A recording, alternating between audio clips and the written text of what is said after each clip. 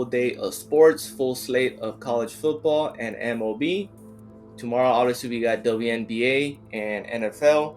But today I'm going to focus a little bit more on college football. I did post my top 2 on my Discord last night or early this morning. Those games have already started. But let's get started with MLB first. Remember, it's the last couple of days of the MLB season, so a lot of things can happen, especially with pitchers being pulled early. But let's head on over to pitcher strikeouts, and there's 2 that I like. Zach Wheeler at 6. Worst case scenario pushes, but I think he's going to have a great start to have a chance at the Cy Young Award chase. Him against Sale, those are the top 2, so I think Zach Wheeler should end the season on a high note. 6 strikeouts, I have him projected to get 7. But you never know, it's the last 2 days of the season, so they might pull him early. The Phillies already clinched the playoff spot, so it's kind of meaningless to have their ace pitch deep into the game. Hopefully that Cy Young Award race should keep him in the game. So I'm going to be taking my shot at him at more pitcher strikeouts. Justin Verlander at 4.5, I'll be taking the under. This line should actually be at 4. Going against the Guardians, the Astros already clinched. The Guardians already clinched as well. So meaningless game for Justin Verlander, just him getting some reps in, coming off of injury. 5 strikeouts against the Guardians. I mean, he can get there easily back in the day, but at 4.5, I'm going to be taking the under. Let's head on over to pitching outs. Favorite one on the board will be Griffin Canning, 17.5. I'm going to be taking the under.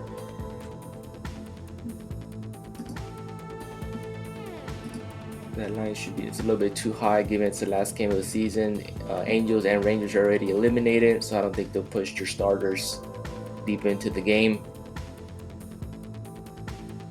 Let's head on over to hits, runs, and RBIs. You need to target that Colorado and Dodger game. Obviously, they went out, especially Ohtani. Ohtani would definitely be there. Yesterday, everybody was panicking about that 14.5 hitter fantasy score. It was one of the highest of the season, but he obviously blew past it at 38. So at 15, obviously, you're getting the half of the 8 yesterday.